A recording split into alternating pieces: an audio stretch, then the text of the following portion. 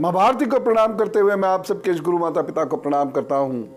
बच्चों, आपको ढेर सारा लाड प्यार और सभी लोगों को सुबह की राम राम। आज जो बात मैं आपसे कहना चाह रहा हूँ उसको बहुत सारे लोग सुनना नहीं चाहते, लेकिन फिर भी मैं कहूँगा और चाहूँगा कि आप उसे बहुत ध्यान से सुने, और वह है आयु के बारे में। आयु कितनी होगी इसकी चर्चा मैं कभी नहीं करता। मैं ये जानना चाहता हूं कि मेरी आयु जितनी हो उतनी बढ़िया हो। ऐसा नहीं होने पर कुछ उपाय कर लेंगे, यानी यदि मैं ये जान पाता हूं कि मेरी जो आयु है वो बहुत फलदायक नहीं है, तो मैं फिर कुछ उपाय कर लूँगा जिससे वो फलदायक होनी शुरू हो जाएगी। क्योंकि बहुत सारे ऐसे लोग होते हैं जो पूरा जीवन निरर्थक मेहनत करते चले जाते हैं, उन्हें कोई परिणाम उनके जीवन का नहीं मिलता।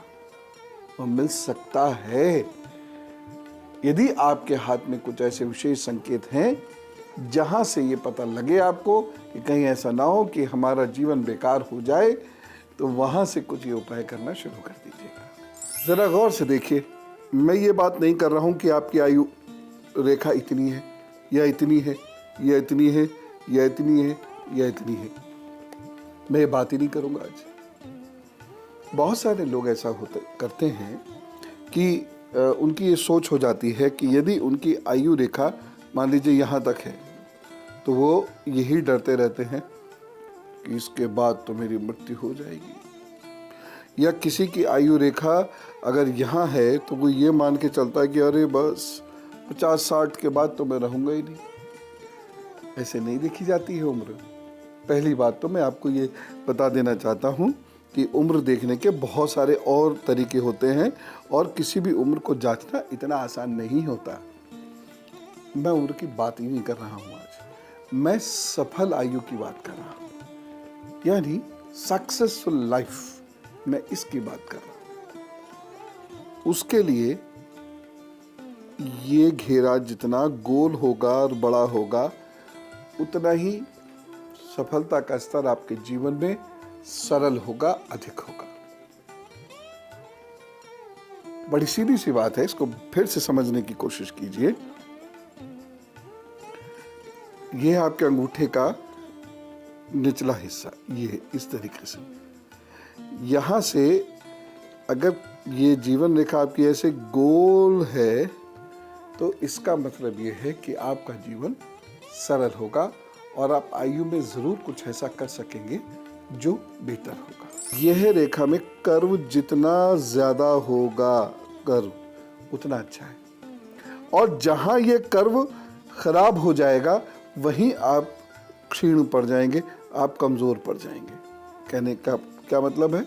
ये मतलब है ये सीधी अगर हो गई इस तरीके से, ये सीधी अगर हो गई, तो इसका मतलब है यहां संघर्ष बढ़ रहा है, यहाँ आपको उपलब्धियाँ सरलता से नहीं हो रही हैं, यहाँ आपको अपनी उपलब्धियों के लिए बहुत संघर्ष करना पड़ रहा है, और साथ ही साथ ये समय अगर आप सावधानी से न चले तो निरर्थक भी हो सकता है, और उसके साथ आपको बीमार भी कर सकता है, और बीमारी भी ऐसी जिसमें आप फिर बहुत ज़्यादा कार्य कर नहीं पाएंगे।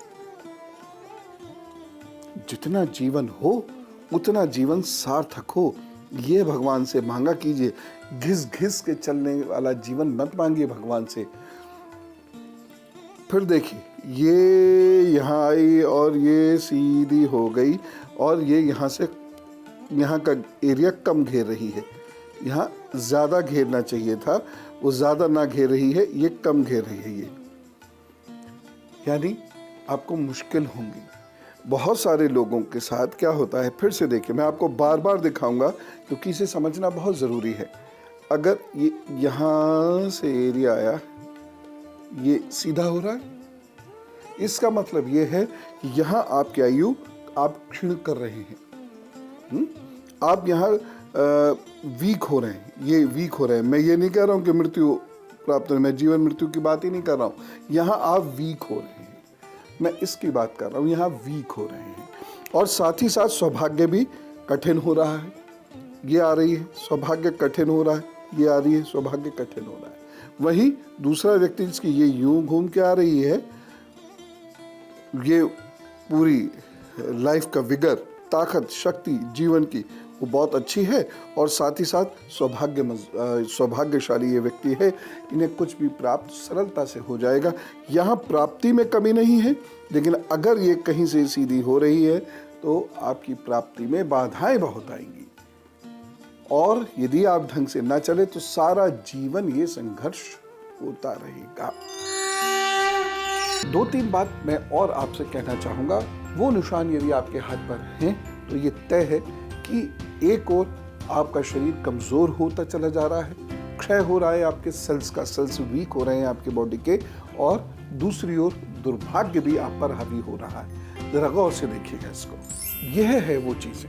यदि यहाँ पर रेखाओं का जाल बन रहा है आपके अंगूठे के निचले हिस्से में या हथेली के अंदर वाले हिस्से में, यहाँ रेखाओं का यदि जाल बन रहा है, तब आपको बहुत केयरफुल होना चाहिए, क्योंकि आपका जीवन निरर्थक हो सकता है, संघर्षपूर्ण हो सकता है।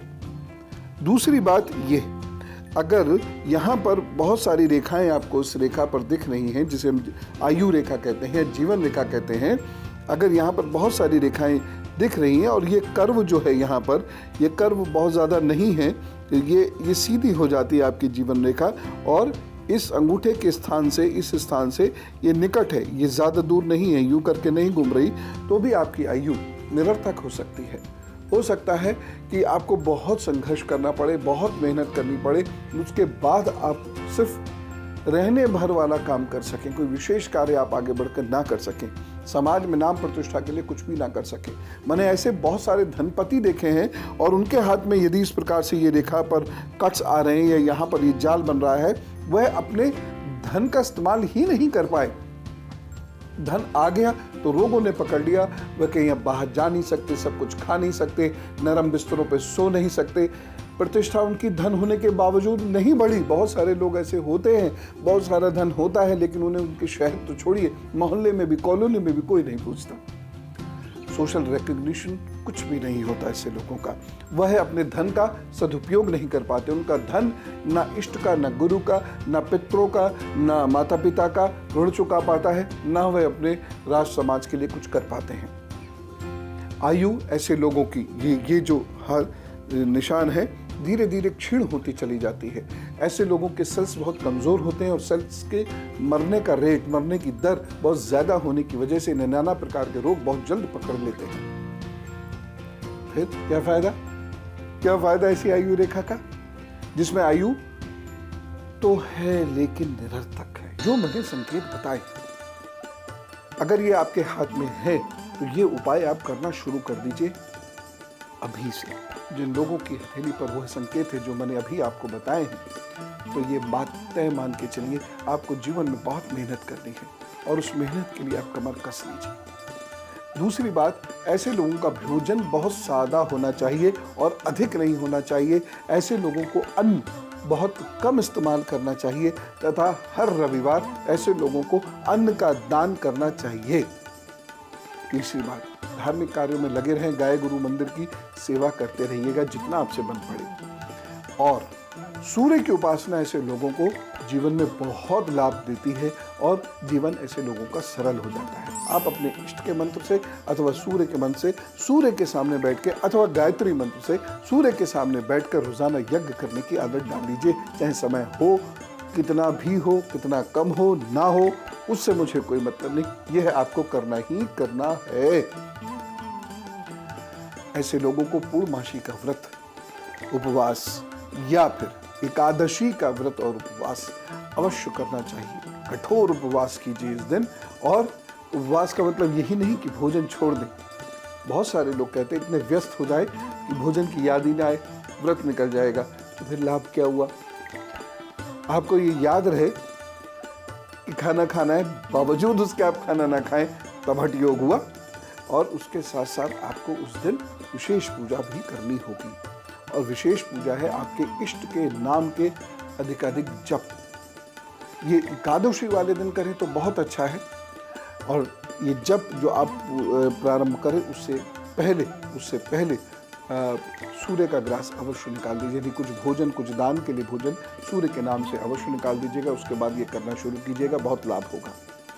ऐसे लोगों को कभी भी गंदे कपड़े, फटे हुए कपड़े नहीं पहनने चाहिए। ऐसे लोगों को खास तौर से अपने मोजे, जूते, बनियानों का बहुत ज़्यादा ध्यान रखना चाहिए। अंडरगारमेंट्स कभी भी फटे हुए नहीं होने चाहिए।